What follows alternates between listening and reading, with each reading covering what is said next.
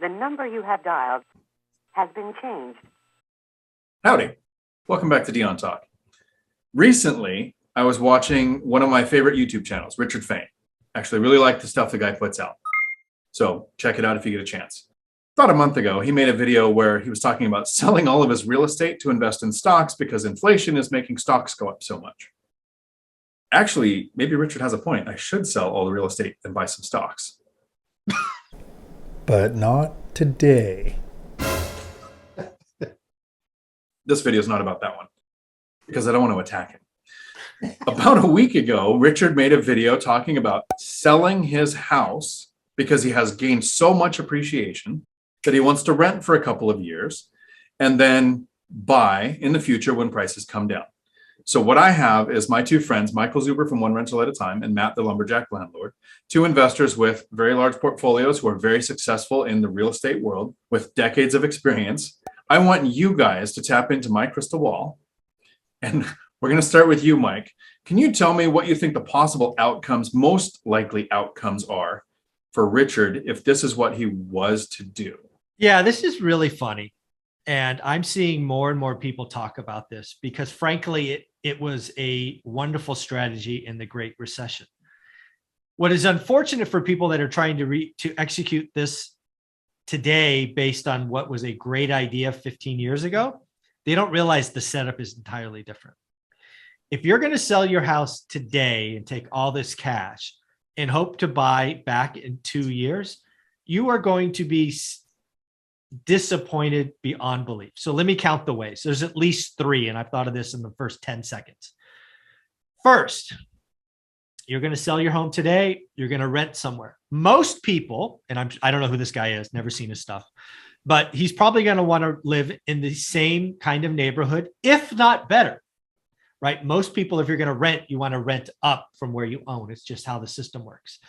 And I'm going to suspect, having no idea who this guy is or where he's at, that he's going to be shocked at the low level of inventory and the high level of price. Second, I'm going to guess he doesn't like going down. So he's going to realize that his mortgage payment is less than his rent payment, probably by a lot, assuming he could get something. And any idiot doing this today is basically saying, I want to have a higher mortgage payment. He is in his house today. He probably has something in the 2s, maybe low 3s. If he's going to buy back in 2 years, in my opinion, he's going to be in the 6s, which is bad. And then lo and behold, because we have no inventory, no plans to build anything, and we have 96% fixed rate versus 4% adjustable, he is going to be buying back in a higher priced environment. So he's not selling at the top. There is no balloon that's going to pop. He's going to pay more. So it's just all kinds of bad. Expenses go up. Interest rate goes up. It's just perhaps one of the worst ideas I've ever heard of. Thank you for the intro to this video. That's perfect. And Matt, I understand. I mean, Mike really broke it down, kind of like the first things I would go to too, but most likely outcomes for people thinking that that's a good thing to do. Yeah. So the most likely outcomes, so if you did this was a brilliant strategy if you saw what was coming in the Great Recession. Absolutely. The reason why is because in 2000, I think it's 9, 10, and 11 or 10, 11, 12, you had 3 million homes a year being foreclosed on and put on the market. So you had inventory that you were going to be able to move into. That's why this time it's different. There's not going to be 5.5 million homes on the market when the market's 3.5 million sales a year. The problem still is an inventory problem. And so likely what would occur is he would have had paid rent, probably raised on him twice in the 3 to 2 years that he was there, maybe even with a binder strategy. And that would have cost him a fortune. And he would have asked for the rental increase. Right. And second is there still would be really no end in sight because again, the large carryover of and the hangover that everybody had in 10, 11, 12 was way too much inventory. That was the issue. And so brilliant idea. There were people that I know back then that did that. In fact, during the Great Recession, we did that. We moved into a duplex. That was the best idea that we had was moving into that duplex. Cause I was like, They can pay our mortgage and we can save that much more money. And then we can move into the next one and move into the next one and move into the next one. So for us, it worked really, really well. But that was because I knew that there were millions of foreclosures coming that was going to be inventory. So I think I sold every home I owned. Yeah. Yeah. Again, it was a great strategy if you saw the right things coming. We are not there. I sold No, every home different. we own.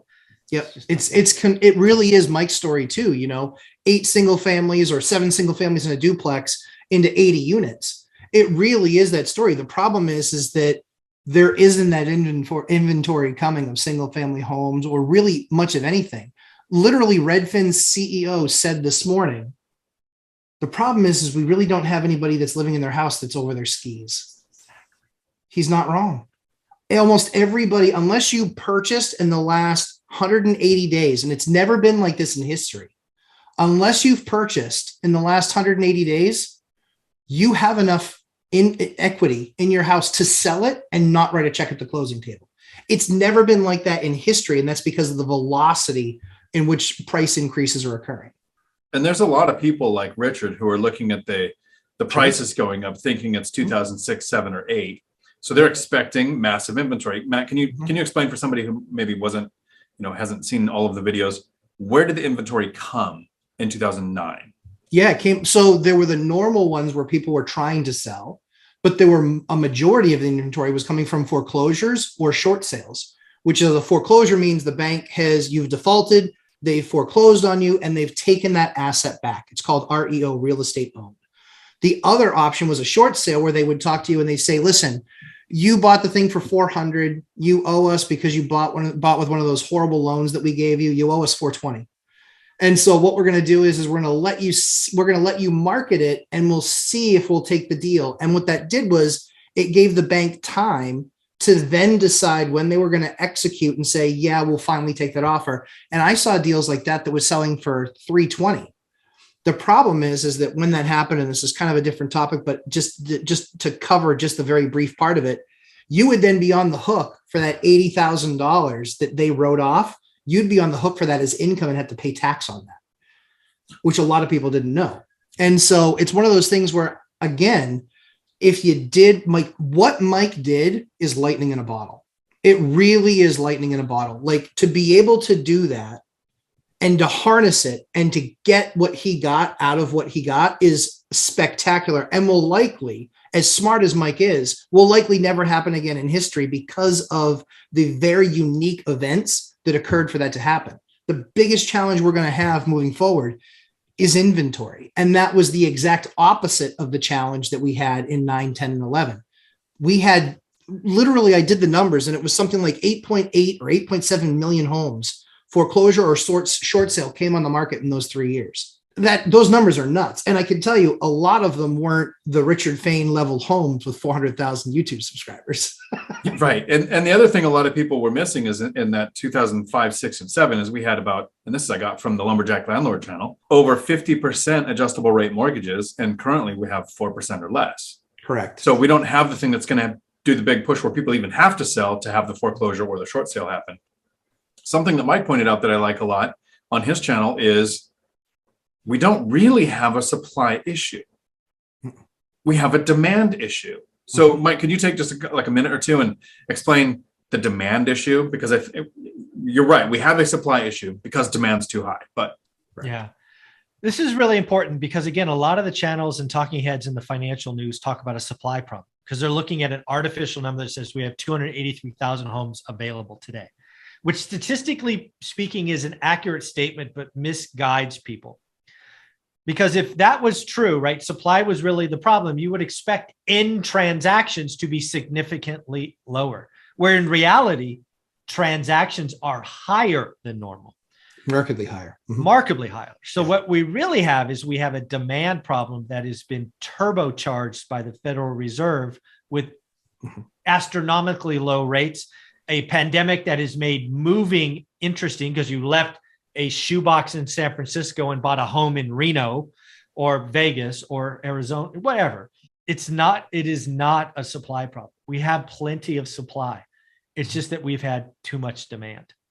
Now with rising inflation, gas prices, food prices, interest rates now in the mid 4s, for buyers and owners or investors in the fives, demand is going to slow down, which will let supply start to tick up. So get ready for the YouTube videos that are talking about 100% increase in supply. Mhm. Statistics lie. Mhm. Follow channels like Dion, like Lumberjack, or One Rental at a Time, because we've been doing this a long time and we talk to you every day. And it's just a slowdown. A slowdown does not equal crash. Yeah, I'm waiting for those videos to come out, kind of like the ones that are saying, well, there's a 100% increase in the number of foreclosures based against the year where we didn't allow any. Right. Exactly.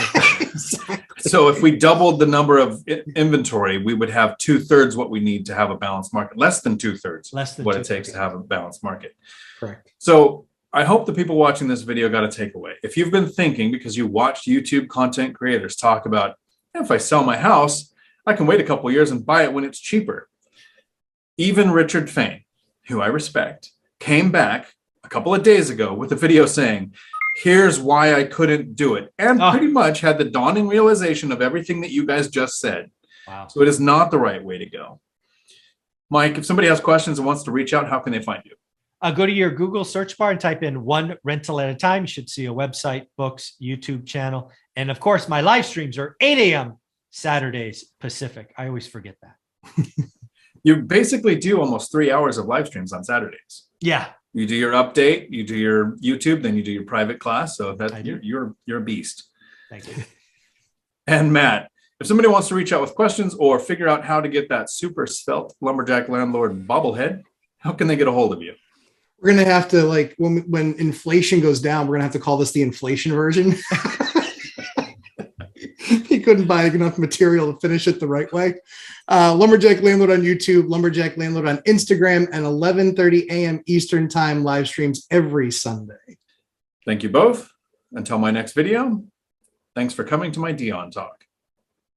We're sorry, the number you have dialed is not in service at this time.